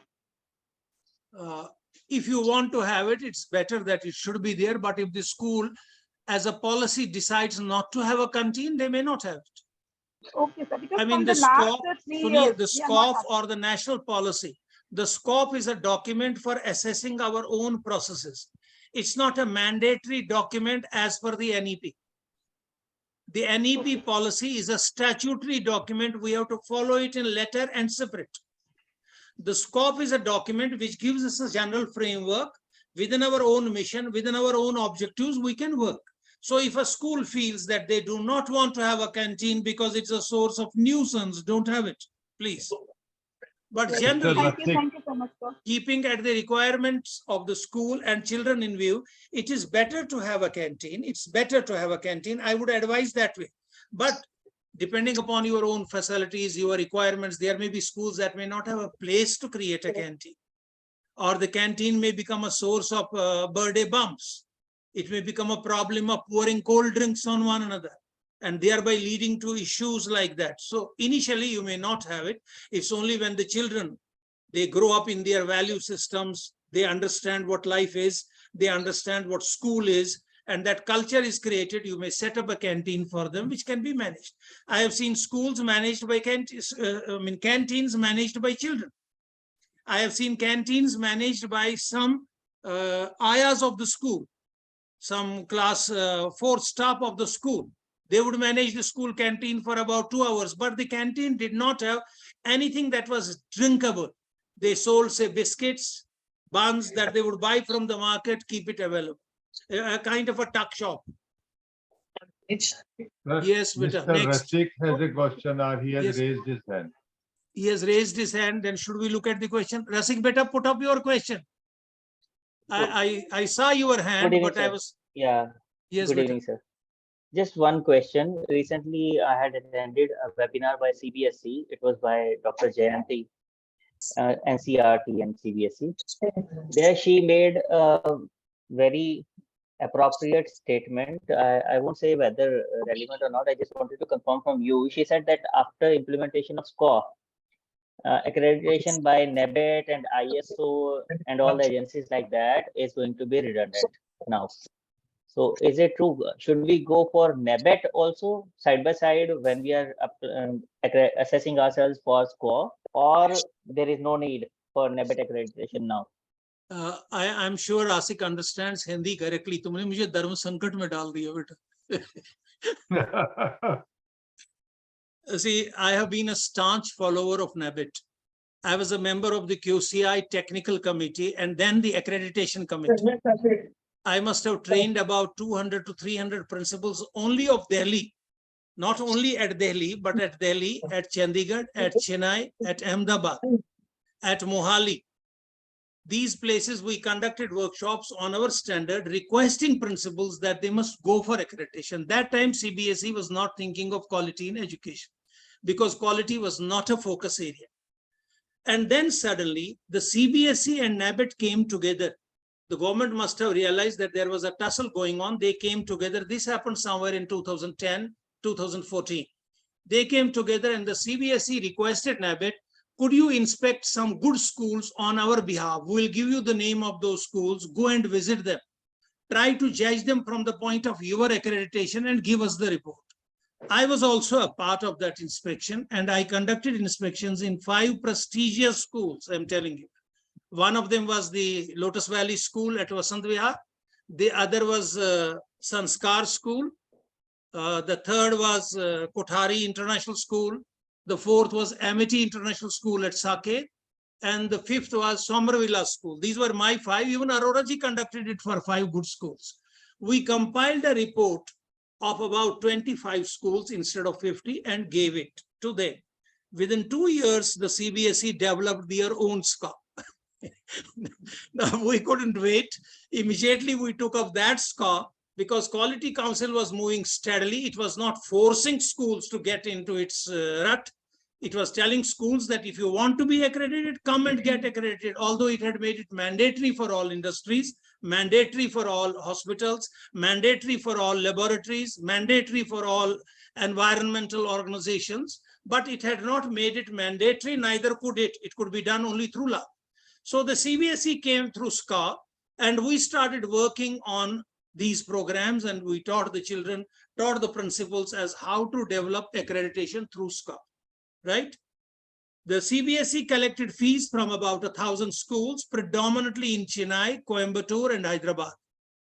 Because these 3 places, when we conducted the workshops, even in Delhi, people paid this money, but then, oh, thande baste mein pad gaya. You can understand the idiom. And then the CBSE said, because we do not have, or whatever were the reasons, they decided to conduct an online test to create a team of assessors. This online test was given by Professor Handu also, Dr. Arora also, Dr. Avtar Singh also. We have another colleague who is a principal, has retired as a principal of Swaiman Singh, Neeraji Mathur. 4 of us appeared on the same day in this online test, which was for about 3 hours. We had to answer certain questions about SQAAF, about accreditation, and then finally, even a small project. And we were informed via mail that we had cleared the test and we were assessors. But the CBSE had put this whole accreditation scheme into Thanda Basta. Why? Because the government, as was told to us, we do not know, there is no authentication, as was told to us, wanted the CBSE to focus on areas for which it was meant. The government said, my dear friend, you are meant for affiliation, you are meant for certification, you are meant for conduct of examination. Stop publishing books, give it to NCERT. Stop talking of accreditation, give it to somebody else. But now with the national policy of education having come out and quality being one of the main pillars, see, affordability, accessibility, accountability, equity, equality, and quality. If NEP can be distinguished from other policies, the main focus is on quality. The CBSE has very cleverly gone very mild in its approach. Very mildly, they said, you self-assess yourself, upload that on the website. When you apply for affiliation, we will see that you uploaded it. If you are applying for recognition or affiliation or extension of affiliation, you will have to do it every year. So they want us to start this quality journey. Once we start this quality journey, as per the NEP document, it says accreditation of every school will be obligatory. Will that be done by NABIT or CBSE? It doesn't say. Will that be done by the state government? They say we will create an accreditation agency. The state government says it. The national policy says it. So when madam, I was there for all the 3 hours. I was also listening to that entire conference, and I have the entire video. You have the video uploaded now. I can send you, Rasik, the video. The entire video of 3 hours. We started at 10 and the meeting closed at 1. She did mention that if you start on this quality journey through SQAAF by going for the self-assessment and continual improvement, you do not need to go for accreditations at all. She was right. Because once you are conscious of your own quality journey, you are on that quality journey, why do you need accreditation? But if you want to write on the name of your school that you are accredited by CBSE, like you say, those schools that are not affiliated to the CBSE, they write as per CBSE pattern. It helps them in garnering students from the community. Similarly, when you put up your CBSE affiliation number on the board, it helps you in admissions. Now, you may like that you would like to write by QCI, by CBSE, it doesn't matter at all. Now, even the ISO has come with a standard in education. It's known as ISO education. So ISO standard or any standard through whichever means you want to get accredited, you can, depending upon your own resources. But I would personally say, wait for SQAAF, implement SQAAF, implement this. It will take you at least 3 to 4 years to come to a level like 3, not even 4, touch even 4. You will start documenting, you will start preparing procedures, you will start implementing them, you will start getting into the shape of a quality school. When you do that, then take a decision. Perhaps the government by then will have taken a decision that we have constituted the accreditation committee, like the National Testing Service Agency or National Testing Agency. They will have created the National Accreditation Committee, which may be a body comprising of some individuals of both the CBSE and the QCI that will grant accreditation. Accreditation is a certification. It's a certificate that you are really a quality institution and moving in the direction of quality, and it's not valid for more than 3 years. Every accreditation is valid only for a period of 3 years. Even if you go for a quality council certificate, it will automatically, not be valid after a period of 3 years. So I would advise you, she was right, follow the SQAAF. Don't go for NABIT. There is no need to go for NABIT for the time being. If SQAAF becomes implementable, NABIT is automatically done. And here, Rasik Beta, I would tell you something. I was doing a workshop in Delhi. We were all together. It was for the principals, which we conduct every 3 months or 4 months. We do it in June, September, and December. I had invited the Secretary General those days of Quality Council. His name is sir, why did I forget the name? Mr. Gyani. Professor Gyani. Girdhar Gyani, Dr. Girdhar Gyani, the only single individual in India who has a PhD on accreditation. Now, he was the secretary of the Quality Council, and I requested him that he could come for the valedictory address. He saw what I was doing, and he wanted to look at the process of that. He discussed it with me individually, and then he said, there was a question from a principal. Sir, how do we become accredited? Now look at the answer of the gentleman. He said, my dear friend, follow all the statutory regulations. Follow all the affiliation rules. There is nothing more to be done for accreditation. I have never seen a simpler answer than that. If a school follows all the rules meticulously and is always conscious of its improvement journey, then accreditation is a byproduct. It will come automatically. So start working on SQAAF, upload your self-assessment, note down your area, and have a plan of self-improvement in front of you. Start working on that improvement as a collaborative team. You will automatically be accredited. You don't need anybody's accreditation. Last question, because there is somebody who has raised. Vandana Sharma. Vandana Sharma has raised her hand. Vandana Beta, I am waiting for you. That will be the last question I'll take. Yes, sir. Sir, my last question to you is, sir, in self-assessment process, while we are rating from on these levels 1, 2, 3, 4, for a particular school which is in the initial stage, has just opened 2 years back, Right. What do you feel, sir? 8 months of time, or maybe a year it takes, to rise from one level to another. But internally, I say how this process can be, how I can channelize it in a, reflections can happen in much effective way. Should it be in 2 months, quarterly, so that I move on to the next level with my complete team? Some framework of time also internally for principals also. Give me a minute. Give me a minute. I am looking at a page from the book. I am reading something about transportation in a school for you. Okay. The school provides transport as per mandated norms. Does every school do it? The school extends transport facilities to those areas which are within the prescribed norms, where setting up of a new school is not feasible, where there is no state scheme for supporting transportability. School has well-trained and reliable drivers, conductors, and escorts who are appointed after verification. Now, this is stage one. I think even a school beginning itself, I'm looking at one of the indicators in one of the subdomains of a particular domain. I hope you understand me better. Yeah, I got it.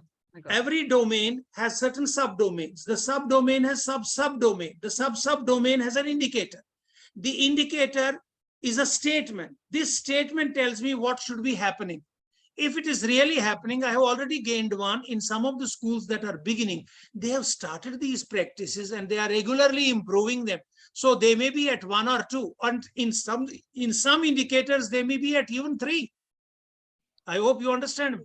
I got it. It takes normally, once you start documenting the process, once every teacher gets to know about the vision and the mission, every teacher knows what my role and responsibility is, the governance system becomes pedagogical, transformative, the leadership becomes more active in terms of its administration and instruction, then automatically the school will start moving. It depends upon the initiative of the teachers as a group, the leader and the management all together. If they are involved, within a year, they should move from one level to another. And if they are not involved, even if after 10 years, they will be still at level 1. Thank you, sir. So just to add on to what you said, sir, to answer Vandana Sharma's yes, question. yes, beta, yes, Malati. Yeah.